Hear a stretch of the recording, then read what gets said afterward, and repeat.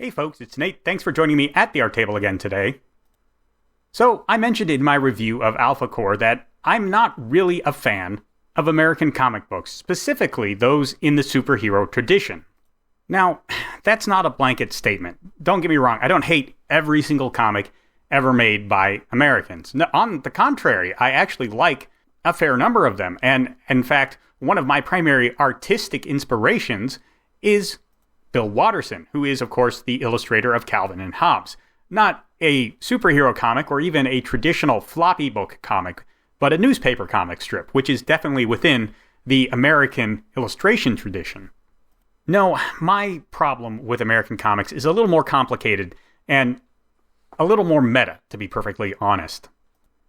It's a difficult thing to explain concisely, and it's also the fault of a couple of different factors, which I'm going to get into a little bit here. But before I do, let me make it perfectly clear. Part of this is a matter of taste, and part of it is a matter of formatting. And part of it, as I mentioned before, is kind of meta. It has to do with the way many people who approach a superhero seem to approach the question of what it means to be a superhero. Let me start by getting the taste bit out of the way. Most American comic books are written with a very strong sense of melodrama. They're like illustrated soap operas, for lack of a better way to put it. They will always seek to create conflict between the main cast, between the supporting cast, between the villains. It's just really, really tiresome, and I don't care to track all of these different moving parts. I don't want to watch Batman bounce around between 3 or 4 different girlfriends. I'd rather watch him struggle with developing a single meaningful relationship. I don't want to watch Batman fight the same 3 or 4 villains over and over again. I'd like to see him have a meaningful conflict with a couple of villains and then resolve those conflicts either by defeating the villain or imprisoning them for a good length of time, and then move on to a couple of new villains and repeat this process, exploring different aspects of what Batman's idea of justice means, how the villains illuminate and deepen that sense of justice, how they show contradictions in it, and how Batman overcomes those contradictions to become a better person. I don't really want to watch Batman fight the Joker every 3rd week, or month, depending on whether you're watching the TV show or reading the comic. I certainly don't like how the reappearance of an old villain seems to reset the progress of a superhero half the time. You can certainly iterate on the conflicts between superheroes, I just haven't seen it done very well in most mediums. Now granted, I'm not an expert on this topic. I certainly haven't read American comics for years and years and years. I've mainly gone through some big collections, and, there is some loss in that. When you read a big collection, you don't get it spaced out over months and months and months like most American comic readers do. And I understand that when a story is spread out like that, you do need to reiterate something a little more often in order to remind the audience of things that have happened. I actually took note of this myself when I was watching One Piece, the live-action version. See, in that, Netflix adapted more than 2 years' worth of publishing history and condensed it all down into 8 one-hour episodes, really less than 1 hour once you take out the credits and stuff. As a result, Luffy's continued insistence that he will be the king of the pirates became a little bit repetitive. I mean, seeing that once every hour or two, that hits a lot different than reading it once every 2 or 3 months, right? So I recognize that the way I have consumed American comics kind of exacerbates a problem they have, and that problem is created by their format. So let's get to that next. American comics are released monthly in 20 to 22 page installments, as memory serves. Don't get me wrong, you can tell a lot of story in 20 to 22 pages. But if it comes monthly, you also have to keep people abreast of what's going on, especially if you're expecting them to read 2 or 3 other monthly titles you put out, or perhaps your monthly competition puts out, in between each installment of your book. So if you're a Batman writer, and you expect, based on the numbers, that any given reader also picks up Spider-Man every month and maybe one other book, that means they're following 3 whole storylines, 2 of which are going to come in between installments of your storyline, to say nothing of what they watch on television or stuff they stream on the internet. You have a lot of competition for people's mind space. So you definitely do have to have some reiteration of your themes, of your characters, in every episode. Or you just have to accept that new audiences aren't going to be able to follow along with what you're doing until you hit a new jumping on point, which is, admittedly, what a lot of modern publishers seem to do. Now, none of this is an ironclad rule. I read some of the first issues of Spider-Man reproduced in a collected volume, and they were very strong. They boiled down the introduction of the character to just a panel or two in most cases. They got that out of the way, and they swept you up in a pretty concise adventure. Maybe a little contrived at points, definitely kind of campy compared to modern writing, but that was the time period. I don't really hold it against them. It's not what I would want to read every time, but that has more to do with taste, as I mentioned before, than the monthly format. The big problem for me is that it resulted in very slow and kind of stilted character progressions. And I'm not saying comic book characters don't progress, because there is visible character progression, at least in the hands of the better writers. Let's just admit that, yes, every medium has bad storytellers, and those bad storytellers are going to neglect character progression, okay? Okay. I understand that happens in comics, just like it happens in novels, just like it happens on television. It happens everywhere, okay? That's not specifically what we want to talk about here. Even in the hands of good writers, the character progression struck me as slow and stilted, partly because you can't do a whole lot at one time, and partly because a lot of the conflicts in American comics didn't really focus specifically on the characters. Like, the character development happened, and then the action plot happened. This was a flaw of the early comics. I think you get a little more integration of character work and conflict as time moves forward into the 80s especially. But in general, especially in that Stan Lee era, it felt a lot like character and conflict ran in parallel rather than being fully integrated. Obviously, there were exceptions to this. Obviously, there was some crossover. They were not completely separate and on rails next to each other. There were crossovers, especially often at the climax of a story arc, but broadly speaking, they were separate.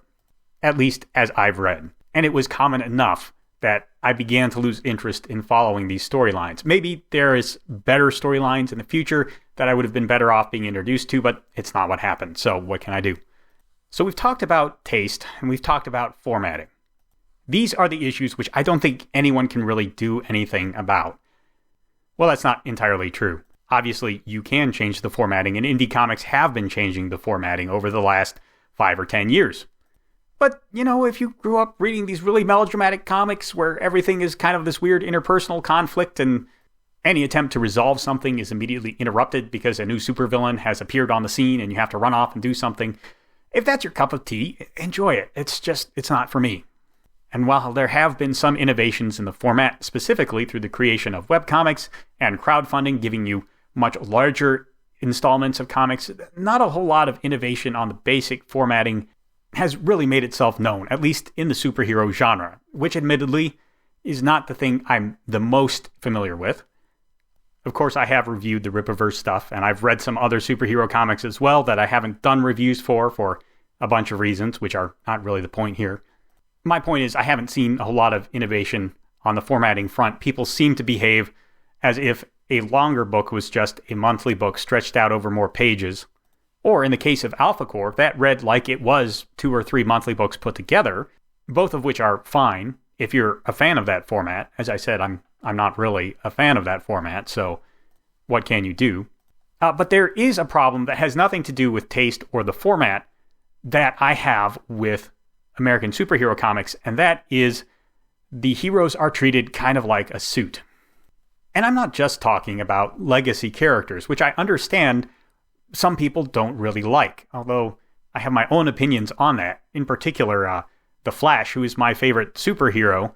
One of the things that really attracted me to The Flash when I first started reading some volumes of it that I picked up from the library in my teen years, it was the fact that there was a legacy to The Flash, and he descended down through generations. But my point is, that's not what I'm talking about. I'm talking about the way superheroes are almost seen as a cluster of things that just lock together in a fixed formation.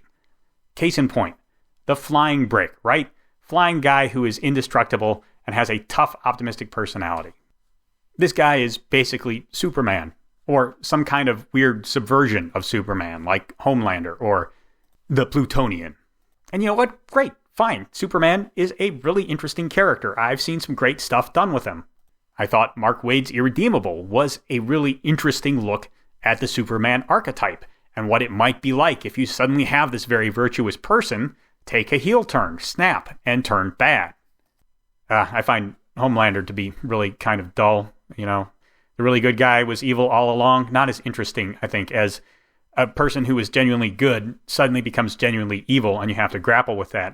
A little more interesting, but that's not what I'm getting at here. The fact that you have to have a Superman in every story really bothers me. No one seems able to write a superhero story without beginning from a Superman. And you know what? If you're DC, maybe you shouldn't start without a Superman, James Gunn.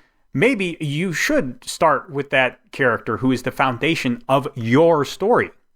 But people who want to tell superhero stories very rarely tell their own story. They file all of the identifying information off, and they expect us to just go with that and say, this is the way the superhero structure works. It's the way it's always worked. I hate this. Now, I can kind of understand it in something like Common America. Common America is telling a Sentai story rather than a true superhero story. The Sentai formula is a lot narrower than the superhero formula, and yet the average Sentai team actually has more variety than the average superhero team, which just drives me nuts.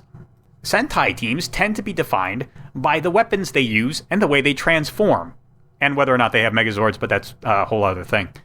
They also draw a lot of identity from the kinds of enemies they fight. Whereas every superhero team is either going to be the Justice League or the X-Men, especially if it's the first superhero team. I mean, I would expect to see a small team of 2 or 3 superheroes operating together in a single town to be the way super teams start. Something like the Birds of Prey, except with a few more superpowered members, not just, Spec Ops and spandex. And if it's not the superpowers, it's the personality types. Alpha Corps has this problem. Brian Solari, Superman. Braxwell, Batman. Ingrid, Wonder Woman.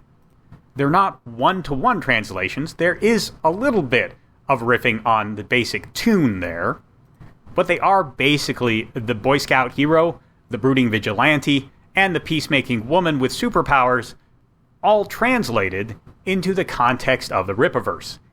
And don't get me wrong, it does take talent and skill to translate these ideas into a different setting, but there is so much more potential in the genre. But we still find ourselves coming back to the same basic wells over and over again. The X-Men, the Justice League, if we're very lucky, maybe the Fantastic Four. And I know that technically Alpha Corps is more the Trinity than it is the Justice League, except the membership of the Justice League is very hard to pin down. Really, the consistent ones are the Trinity and maybe Martian Manhunter. I don't know. After a while, it just starts to feel kind of soulless, even if it does look like a lot of skill and effort went into making the knockoff. Another Justice League knockoff just isn't that appealing to me anymore. I don't want to see Batman but with one superpower, or Superman but he's a gas station attendant. Now, a lot of people will say, there's genres outside of superheroes that are well represented in American comics. They're not as big and as popular as superheroes, of course, but they are there. And I know they're there. I have read some of them, and I have enjoyed them. This is particularly my gripe with the superhero set.